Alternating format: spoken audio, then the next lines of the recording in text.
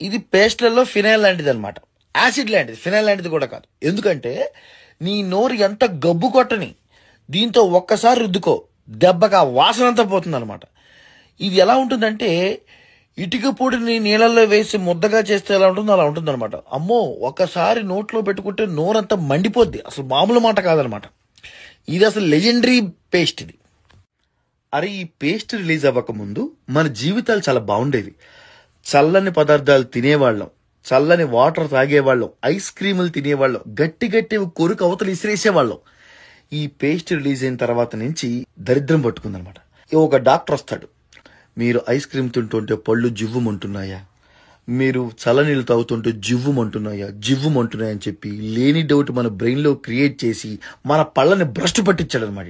ఇప్పుడు ఏం తిన్నా జివ్వుమంటున్నాయన్న ఫీలింగ్ లో ఉన్నాం మనము. ఈ ఆఖరికి పేస్ట్ తో తోముకున్నా కూడా మన పళ్ళు జివ్వుమంటున్నాయన్న ఫీలింగ్ లోకి వచ్చాం మనం. పెప్సోడెంట్ పేస్ట్, దీని రుచిని మరిగిన వాళ్ళు ఎంతో మంది ఉన్నారనమాట. అంటే అప్పటి వరకు పేస్ట్ అంటే మనకు తెలుపని తెలుసు, కానీ ఇది పింక్ కలర్ లో ఉండేదన్నమాట.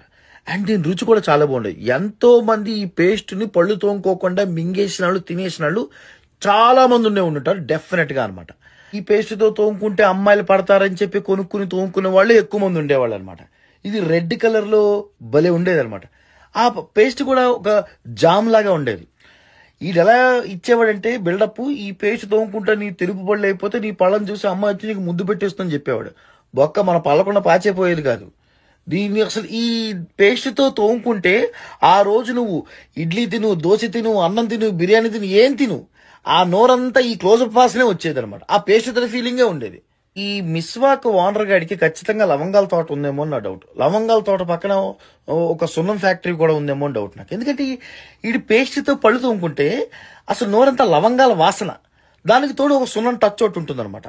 అంటే సున్నము లవంగాలు కలిపి తోముకునే ఫీలింగ్ ఉంటుంది.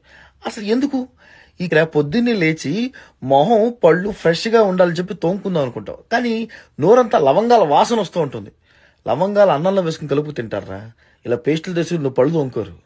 ఈ వీకో బజ్రిదంతి, దీన్ని పేస్ట్ అనడం కన్నా పళ్ళకి ఆయింట్మెంట్ అంటే బెస్ట్ ఏమో. ఎందుకంటే పుచ్చిపోయిన పళ్ళు, పాచిపళ్ళు, అరిగిపోయిన పళ్ళు, ఊడిపోతున్న పళ్ళు అని చెప్పి ఈ అడ్వర్టైజ్మెంట్ ఇలాగే ఇస్తాడు. దీంట్లో మళ్ళీ దాల్చిన చెక్క, లవంగాలు, తులసి, ఇంకపోతే బిర్యానీ ఆకులు, 4 మసాలా వేసేస్తే, రైస్ కూడా వేస్తే ఇక బిర్యానీ పేస్ట్ అయిపోయింది. ఇది యాక్చువల్గా ఇది నిజంగా చెప్తాను కదా, పేస్టులలో ఇది ఆయింట్మెంట్. ఇది పెట్టి తోముకుంటే నాకు ఏ మూల నుంచి పేస్ట్ తోముకున్న ఫీలింగ్ ఉండదు, ఆయింట్మెంట్ పళ్ళకు రుద్దుకున్న ఫీలింగ్ ఉంటుంది అనమాట.